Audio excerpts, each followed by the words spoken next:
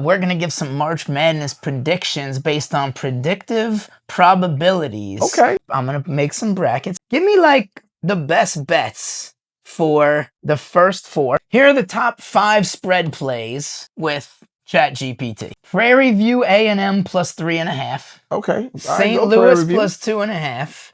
Clemson plus 2.5. High Point plus 9.5. And Louisville minus 5.5. Okay. And that's based on trends, predictive programming, teams that get hot shooting against teams that can get cold shooting. I said, who are the top 3 to bet on as a money line? So it says St. Louis money line, Prairie View, and it likes Clemson again. So it says don't only take the spread, maybe take a money line as well. Right. Then you got a couple of totals. You got under SLU and Georgia of 169.5. Under High Point and Wisconsin, 164.5. Louisville, Kentucky, Ohio State money line, which would probably pay a lot, maybe like 100 to win 1,000 if I had to guess, based on the numbers that I was looking at earlier. Okay. That's kind of my first 4, and maybe a couple games from Thursday and Friday.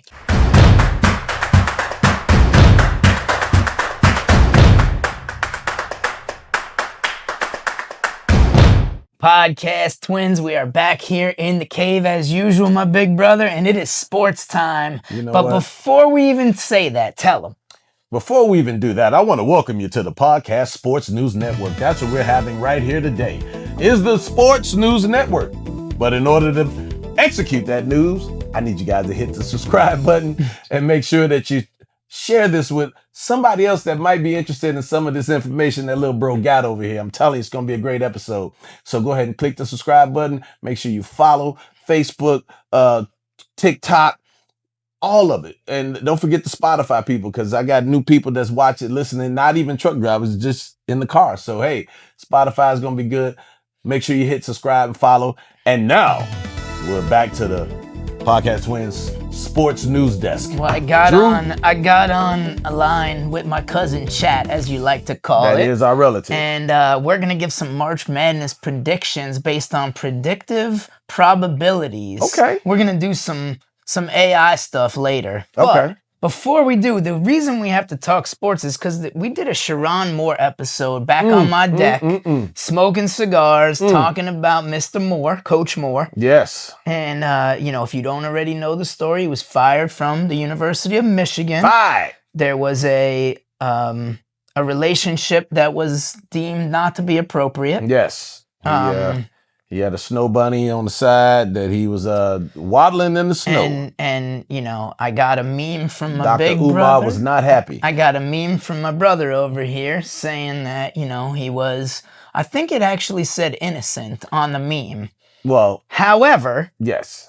That's not exactly how it went down. So what happened was Coach Moore got busted having a relationship with his executive assistant. And supposedly he began to stalk her, and then supposedly broke into her house, grabbed a knife and said, I'm going to kill myself and you're going to watch me do it. That's allegedly how the story came down. That's how it hit the major news networks. Fired, first black coach at the University of Michigan. Headlines, handpicked by Coach Harbaugh as he went to the NFL. So it just splashed all over. Now, with this information, the story has disappeared. And it just didn't splash. However, here's what actually happened when they went to negotiate, because we don't say they went to trial, right? They went to negotiate. Right. So here are the facts. Felony charges were dropped. He pled no contest to misdemeanors of trespassing, malicious use of telecommunications, like texting somebody angry stuff. I don't know what that even means.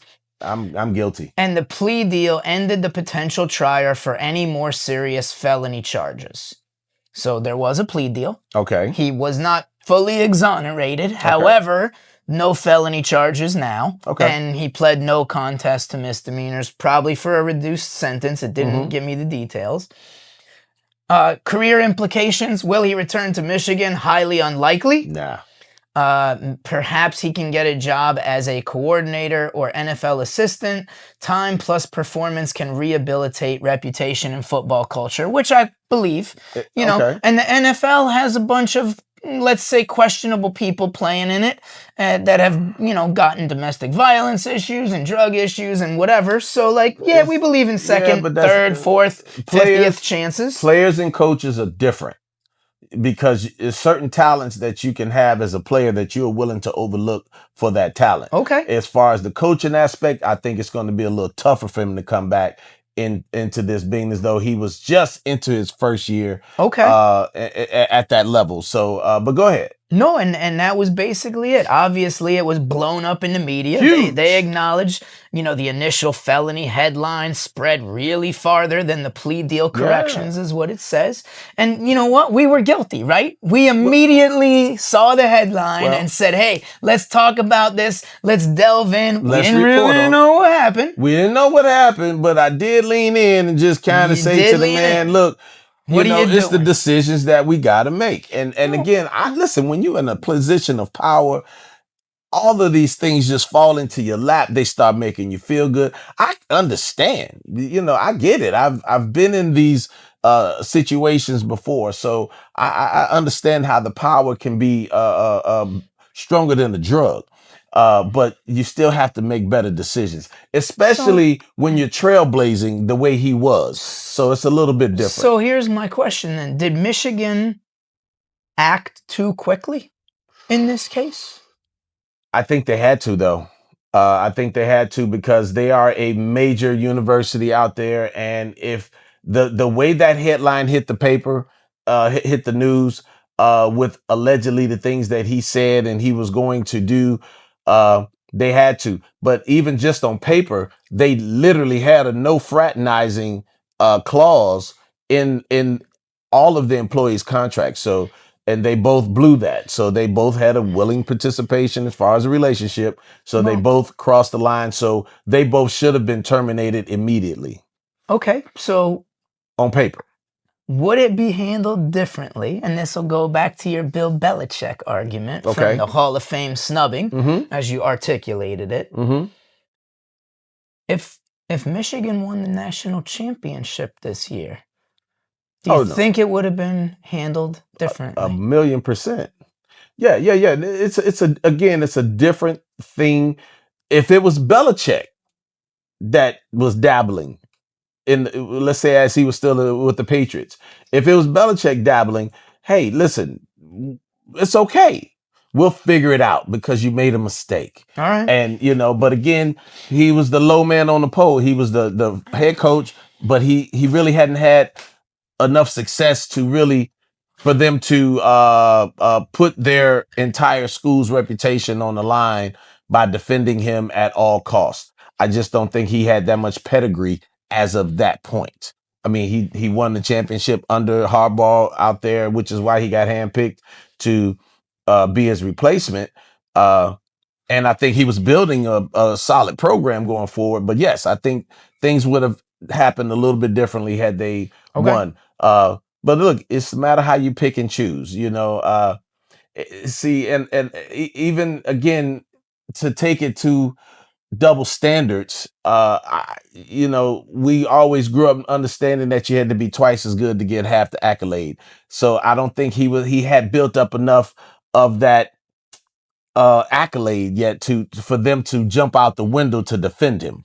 So before we move on from Sherrone Moore, is there anything that we missed that we need to correct from the first podcast, or anything that we want to close it out with? No. Because we got a lot of related stuff in sports. And I really want to get to March Madness because I'm excited about it. But I would say this, for any coach that's out there at any level, from the peewee in the parks, because y'all know y'all like to get on the moms out there that be coming out there in your park. Listen, when you put yourself in this type of situation, it takes more strength to refrain because now you're opening yourself up. You're opening yourself up for problems. You're opening yourself up for ridicule. And who wants to be embarrassed? It would have been less embarrassing if he didn't have a wife and kids at home. So again, just make better choices. That's all we can say. Again, we know power is intoxicating, but try to curtail that. That's all. All right. It's human nature though. But go ahead. No, I mean, obviously, that leads right into another Big Ten college. Oh. And another headline of a resignation. This is Drew D'Alberto from Podcast Twins. Control what you can control. And that means real assets like gold and silver. Miles Franklin, they make it easy and secure. All you have to do is call them at 952-929-7006 or email info@milesfranklin.com. Mention the Podcast Twins, tell them we sent you, and build your confidence with gold and silver today. Ted Carter resigns from The Ohio State University, as they like to call it on Monday Night Football, Sunday Night Football.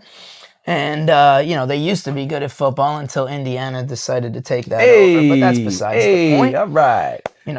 They beat the snot out of us for years, so I couldn't resist taking a shot. I don't blame you. So what did Mr. Carter do? So here are the facts that I've gotten from multiple, let's say, research. Walter Ted Carter Jr. resigned after disclosing an inappropriate relationship. Sounds familiar. With someone seeking access to public resources. Yes. So it wasn't only an inappropriate relationship. It sounds like it was a dirty and nefarious relationship. It sounded like quid pro quo. Resignation accepted by the Board of Trustees. Carter had led OSU since 2024, so a really long time, like a year and a half. Yeah, right. Investigation ongoing into possible misuse of public resources or influence. Yeah, he definitely... so he got caught for doing the shit that everybody up there does, huh? Well, yeah, I mean, he used this resource. You want to make my connections? You got to touch my connection so I can introduce you to some more connections. So, hey, listen, he used his leverage because he was a powerful man, right? He was at the top of the schools chart. And so said young lady allegedly wanted to get in the mix where these resources and monies were to be acquired. Okay. And he probably realized that, hey, man, I could negotiate some things for myself here, some personal pleasures. And so he decided to, like I said, look, quid pro quo. Hey, you take care of me, I take care of you. So the question becomes, is it the power vacuum's fault up there? Because this is their third presidential search in the last 5 years. Sure it is. So they can't keep a president. Man, they got too much power and they get caught up in too much power, it's too much money. And now the only difference is that now everybody has a camera phone in their pocket. Everybody had, and these fools, as we've seen in the Epstein files, they writing things down, they putting things in text messages and emails. You are self-snitching on yourself. What the hell are you doing? Players, pimps. Tell them that ain't how the game is played, man. You don't self-snitch. You just can't put yourself out there like that. These idiots are out there putting themselves in positions to get busted because, obviously they can't. You got all the power in the world. You could, if you was a smart man, you could do a little research, do a little practice pimping and figure out how to do that. But come on, man, that's just dumb. And he wasn't no spring chicken, so he just figured, you know what, I'm just gonna throw it out there, man. He got a couple good years left before he had to be dealing with a pump or a blue pill on a permanent, and he figured, man, go ahead and flip my toy around. I'm gonna enjoy myself. Okay, well, that's that. I mean, I don't know what else to say about this situation. That's just the bottom line to it. Mr. Carter, boy, look here. I hope you saved your money for the last couple of years. Same thing I think I told Coach Moore. I hope you saved your bonus money. Saved your bonus money, yes. So, okay, bring it on. So, I mean, who else is over there snow bunny dipping? Then we move to your friend Dak Prescott. Hey! We got, speaking of more snow bunnies. So we're staying in football, but we're now going to the National Fix League. Okay. NFL, as you call it. What did Mr. Dak Prescott do? So there's a lot going on with him. He's got like this restructuring of his contract. Yep. He's no longer engaged to be married. Ooh. I don't know if Does they're related one have or anything not. to do with the other? I was going to ask you because you know the drama and the circus better than I do. So I'm giving you facts and you got to tell me what's really up. Okay. So the story broke the other day that he was days away from this wedding with this young lady. And who he happens to have 2 children with, I think 2 daughters. They have 2 kids. And he had been discussing with her over the time hey, before we get married, I need you to put your John Hancock on here and sign this prenuptial agreement, especially now that he just restructured this $240 million contract and it kept getting drug on. And now you're like, hey, we sending out invitations. We paid for these places. What's up? When you gonna get on this? She was like, I ain't gonna do it. And he was like, okay.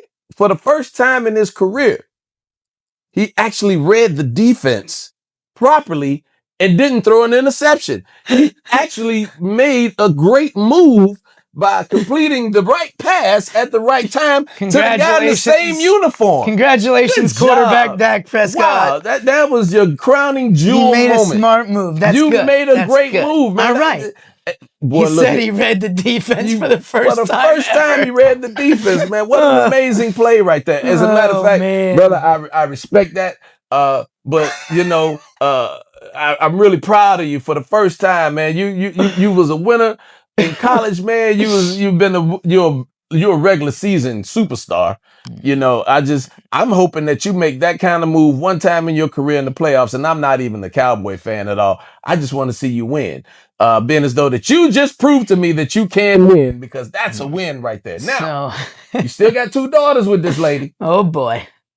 So still be nice to her. He already has a financial, whatever. But does the breakup constitute them breaking up? Does the prenup constitute them breaking up, or did it destroy everything, or are they just going back to status quo? That's what we don't know yet, and only time will tell. But hey, listen, we talk about it all the time. Marriage is a business. And if you're not in here to respect the business of marriage, then don't do it. So you don't make $240 million every day, and she ain't threw a pass. What the man say? You ain't even shooting in the gym. How that line go in the song? But come on, man. That man has to protect his future and the future of his kids. His kids are going to be well protected. But you can't get mad at me in 6 months, like Tyreek Hill. 8 months, I think it was, right? And just jacked him for half of his bread. Well, here's my houses. Here's my only question about Dak Prescott that I care about, because I'm gonna get sucked into fantasy football again in August and doing the draft again. Okay. So does Dak Prescott move up in the draft board for fantasy football or down because of all this? Because that's what people care about. Should we bet on the Cowboys or should we bet against the Cowboys? Well, I will say this. Is Dak going to be a better quarterback and leader or a worse one? He just showed you that he made a great decision for the first time in a very long time. Man made a great decision. He didn't fall for the pressure of, what are you talking about? We already got 2 kids and this, that, and other. We've been together all this time. Da, da, da. What's the difference? Because the difference is the business of marriage. That's the difference. Okay. And, again, I don't know what it's going to do for him in fantasy, but I tell you what, at least the man showed you that financially he was not willing to do the Tyreek Hill. Tyreek got married with another chick pregnant at the same time. What? And it cost him, and he was only married 8 months. I don't know Dak Prescott at all. I've never met him, but I can tell you what a bunch of buddies of mine and maybe even myself did after they got divorced or got out of a long-term relationship. Mm-hmm. And, does that type of lifestyle, whether it's working out or drinking, because those are going to be one of the 2 things that he's going to wind up doing, does that make him a more dangerous quarterback? Are the Cowboys going to be better or not? That's what I want to know. Well, it all depends. That's the Jerry Jones effect. Dak himself, he's what I respect about him on the field. He's a great leader. Like, his team really, they respect him. My issue has always been that guy's double teamed. This guy's is single covered. You're going to figure out, I'm just going to throw to this guy in the double team and hope that it works out. That would have been him getting married to this lady, hoping that she didn't take his $240 million, or at least 120 of it. So at least you showed me that you have the ability to make a better decision. So the Cowboys have the potential to be better, because he just showed you in his personal life that he has the ability to make a good decision. I think I just heard you say that even though he made a right decision, he's still not going to be the leader they need. I think that's what I heard I'm you saying say. he's still the leader they need. I'm saying as far as team is concerned, they are building amazing offense. I think Dallas last year had real porous defense, but they was putting points up on the board. It's just in crunch time when you need a number 4 to come out there and lead the team down the field. AKA to get to the playoffs. The decisions just weren't there. He got great wide receivers, they had solid running backs. I think their offensive line was good. I just think that it was a decision-making process at the end when we talk about putting the ball in his hands. Would I take him over Tua? Absolutely.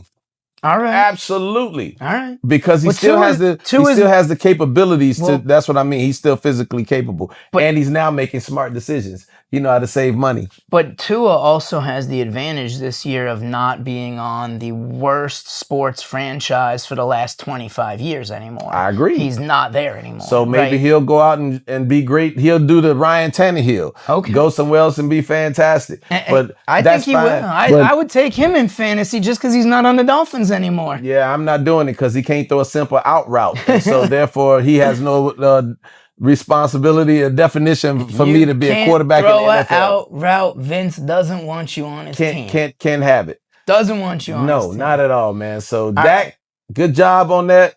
Let's see if you can translate that to reading defenses on the field.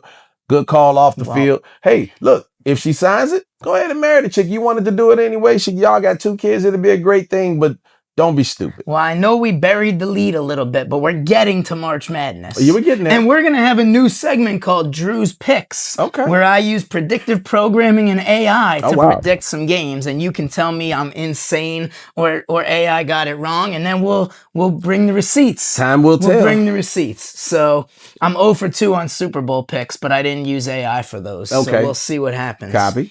But before we get to that, we got to go to pro basketball, our least favorite thing to talk about ever. Okay. Let me smile. Because my friend Nicholas D'Alberto, a.k.a. my 17-year-old son, wants to get on this podcast, but I think he's afraid to talk about Bam Adebayo's 83-point game. Okay. So I'll give you the facts. You already know him, but if you don't know him. For the viewers. Bam Adebayo, the Heat's center, Miami Heat's center, scored 83 points in a game last week, second highest in NBA history. Kobe Bryant had 81. He passed him, and Wilt Chamberlain, the great Wilt Chamberlain, had 100 back in the way long ago. I'll give you the year in a second. But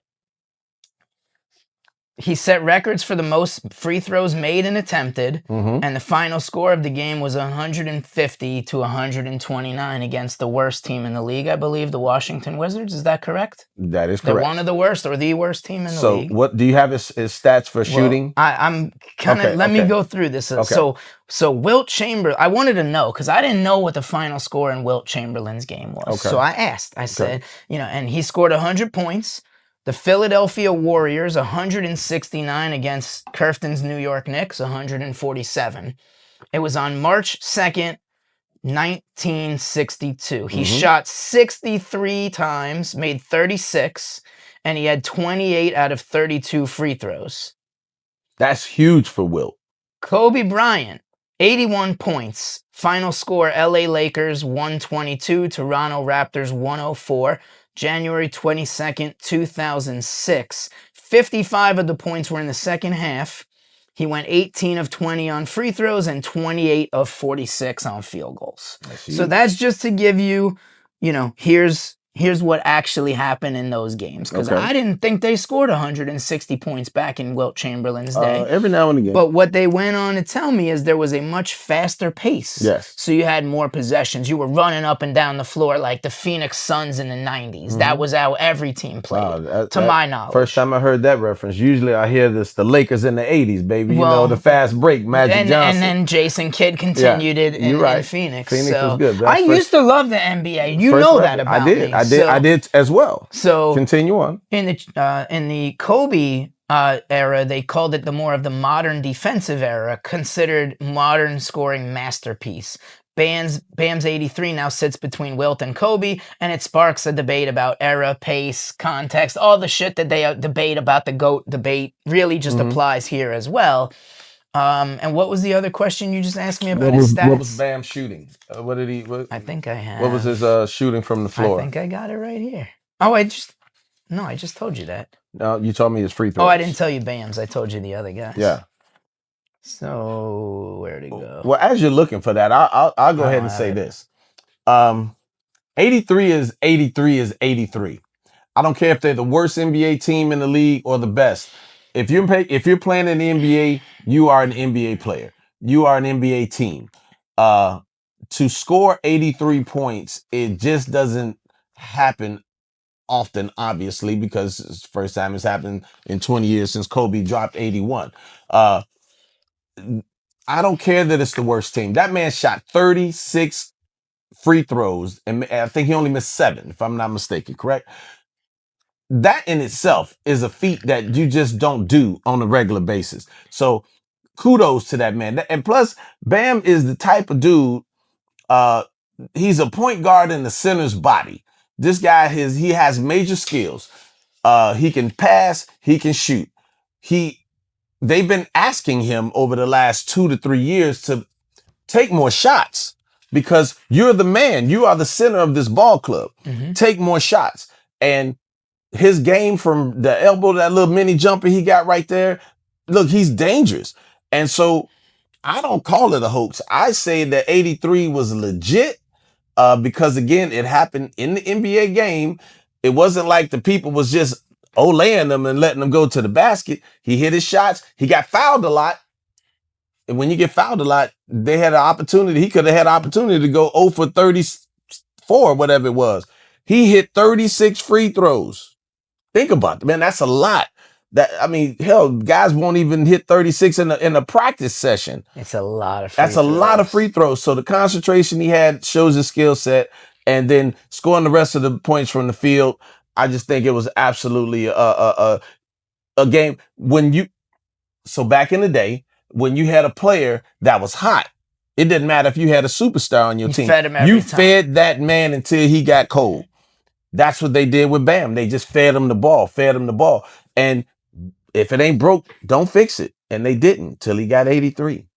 Okay. So you're going to say he earned it? I say he earned it. Okay. Absolutely. Okay. Now, again, that's me feeling the way I feel about the NBA regardless, because, hell, I could get 20 in the NBA right now, and I ain't shot a basketball in about 5 years because the way they let you travel, hell, I could just pick it up and run through people and throw it up there and get some layups.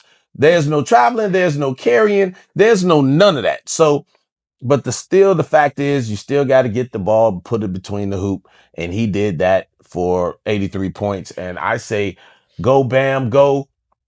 Great performance for the Miami Heat. All right. I guess that's that then. That's how I feel. It is what it is. He scored 83 points. They fed him the ball. They forced him the ball, arguably. As you should. But if he's making shots and scoring and nobody could stop him, if it ain't give him the ball. Why?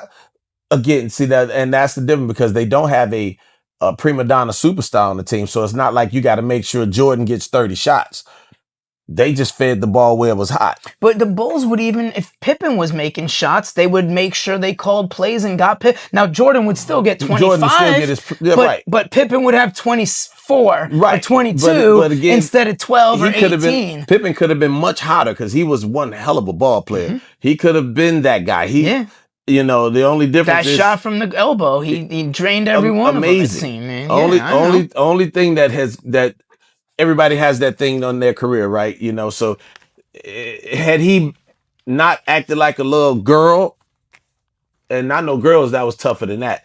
He acted like a punk by sitting out that playoff game, wouldn't check yourself back in. You had a chance to prove to the world that you were as good as you like to proclaim, Scotty, as Jordan. Okay. Now, I'm a Chicago guy, man. I respected everything you did for us, man. Won them championships. You was the absolute man. But that time you could have actually stood up and put your stamp on your personal career at that time that you were a leader. But instead, you whined That was a nicer word. You whined and sat down on the bench and watched that game go without you.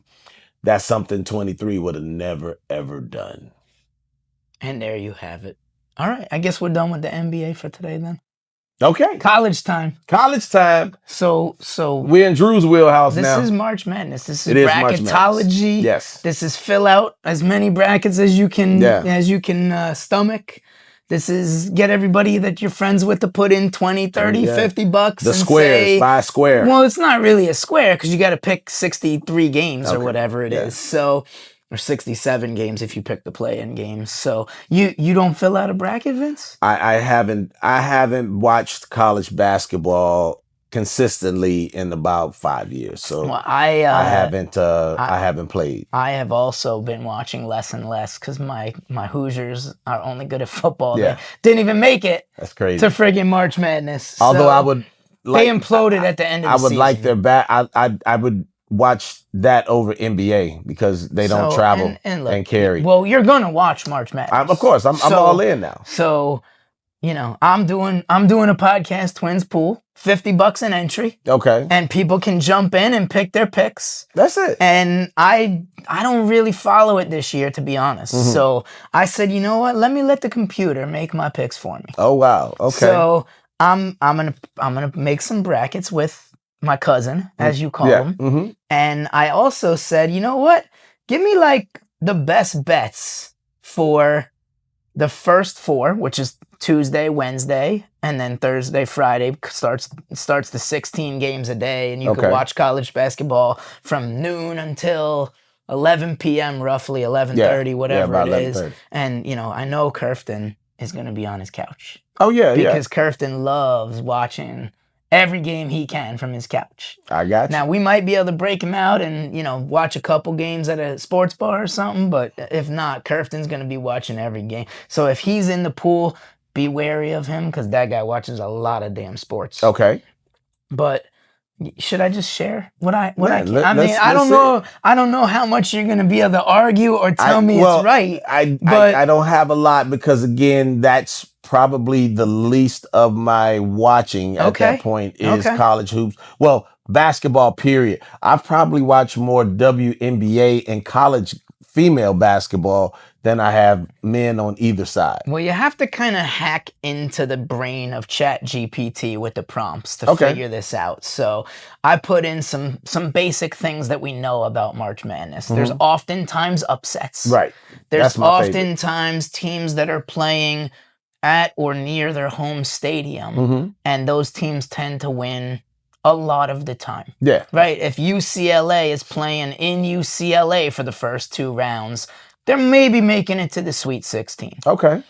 The mid seeds, 9, 10, 11, 12, and maybe sometimes 13 have more propensity to have an upset than 14, 15, 16. Okay. Right? Yeah. Just based on historical data. Well, yeah, because usually trends. 14, 15, 16 are smaller schools that just got to... And they're playing one of the top three teams in their bracket. Yeah. Exactly. Okay, gotcha. So, is there a 14 or 15 that sneaks in and wins, or a 16? Absolutely there is. So, good luck with your brackets, because we're all throwing darts at a dartboard and no one's ever got a perfect one. Okay. So... I don't think AI has even gotten a perfect one that I'm aware of. So, here are the top 5 spread plays with ChatGPT. Okay, shoot. Prairie View A&M plus 3.5. Okay. St. Louis plus 2.5. Clemson plus 2.5. High Point plus 9.5. And Louisville minus 5.5. Okay. And that's based on trends, predictive programming, teams that get hot shooting against teams that can get cold shooting will be more. Ranked? What? Oh, I thought I saw a ranking over I think they're 13. Okay. And then I said, who are the top 3 to bet on as a money line? Okay. And the money line is, you bet $1 and you win $1.15 or $1.40 or $1.50. So it says St. Louis money line, Prairie View, and it likes Clemson again. So it says don't only take the spread, maybe take a money line as well. Right. Then you got a couple of totals. You got under SLU and Georgia of 169.5, under High Point and Wisconsin 164.5, And then it gave me a parlay, which we know parlays are sucker bets. Sucker bets. But I'm going to throw it out there anyway because that's what Cousins said. Louisville, Kentucky, Ohio State money line, which would probably pay a lot, maybe like 100 to win 1,000 if I had to guess, based on the numbers that I was looking at earlier. Okay. And then it says you can be sensitive to the price, like if lines move too much, you know, you take the contrarian. Yeah. We like contrarian. Yeah. And early buyout. And that's it. That's kind of my first 4, and maybe a couple games from Thursday and Friday. You know what I'm gonna do? I haven't done it in years, but you know what?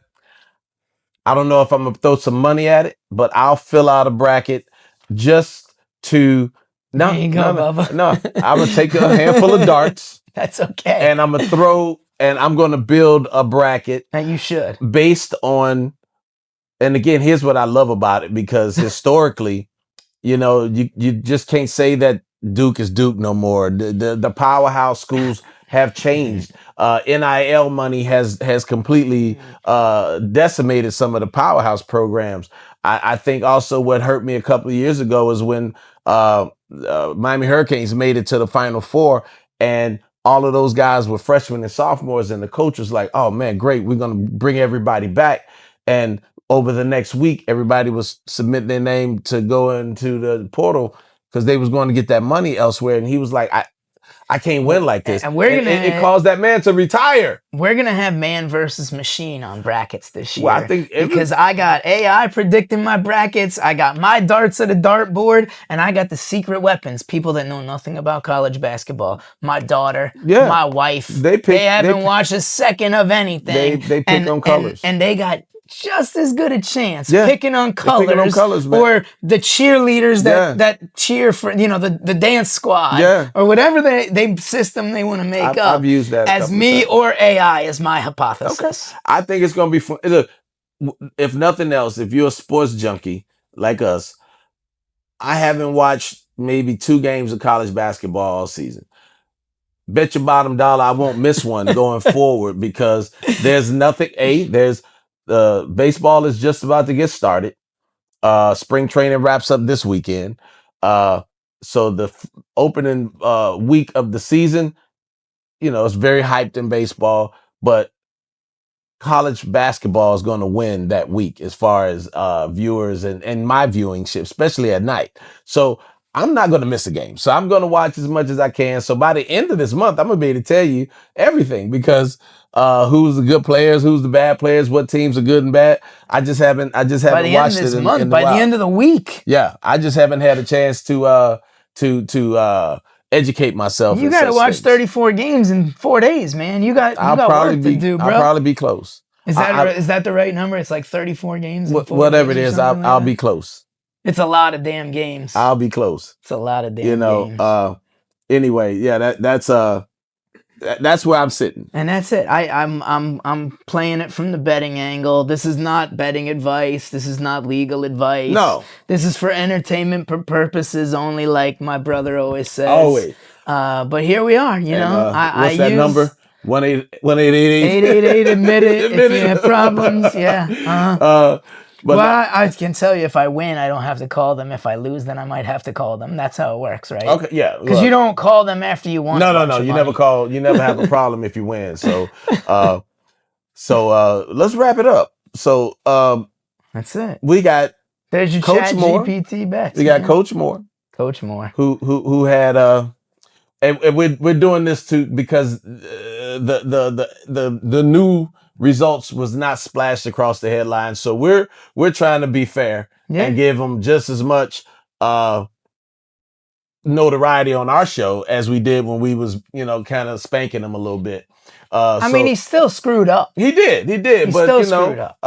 But at least it wasn't the felony charges went away. Wasn't as exacerbated as the headline. Maybe we don't really know. We don't know. But who knows? There could have been a brown bag filled with silver coins that made it go away. Maybe. I don't know what happened. But at the same time, you got the president of an entire school, Teddy, that just decided that, you know, getting his service on was worth losing his career over. He had to step down before. Obviously, they encouraged him to step down so he didn't get embarrassed out there. And then brother Dak Prescott. That man showed me that he can read a defense solidly on this one. He protected the bag and understand that the marriage is a business, and he took care of business. She decided to not participate in said business. So, hey, look, good for them. We wish you guys the best from Podcast Twins. And then March Madness, You bottom forgot line. Bam. Don't forget Oh, Bam. God. You Can't forget forgot about Bam. Bam. Bam. 83 points. Legit, legit, legit. Big shout out to Bam and the Miami Heat, man. We still respect and love you down there, man. You are the man. You can do it again. Keep shooting, brother. Keep shooting. When you're hot, take the shots. Ain't nobody else there. All right, now you can close it. All right. Y'all already heard this man out here doing this. But look, have fun during March Madness. Get together with your friends. Be social. Get out the house a little bit, at least for a couple of games. Eat meat. Eat Make it a meat, party. Bring people over, grill, do something. Let's be social. You know we're watching March Madness at Michael's house when we have Jamaica versus Italy Chef Showdown coming There it up. is. So that's happening. It's happening. So we got a lot happening with us. Make sure you continue to stay tuned with Podcast Twins, man. We got a lot of good stuff coming out right now. Like you said, cooking episodes and all this other kind of fun stuff. We're going to be physically doing some things. Y'all going to really want to see these things coming up here in the very near future. Thank you for supporting us, man. We are just growing and being happy. Well over 3,000 subscribers and counting more every day. So thank you, thank you, thank you. And from the Twin Cave here at Winners Award Group, Podcast Twins are out. Peace.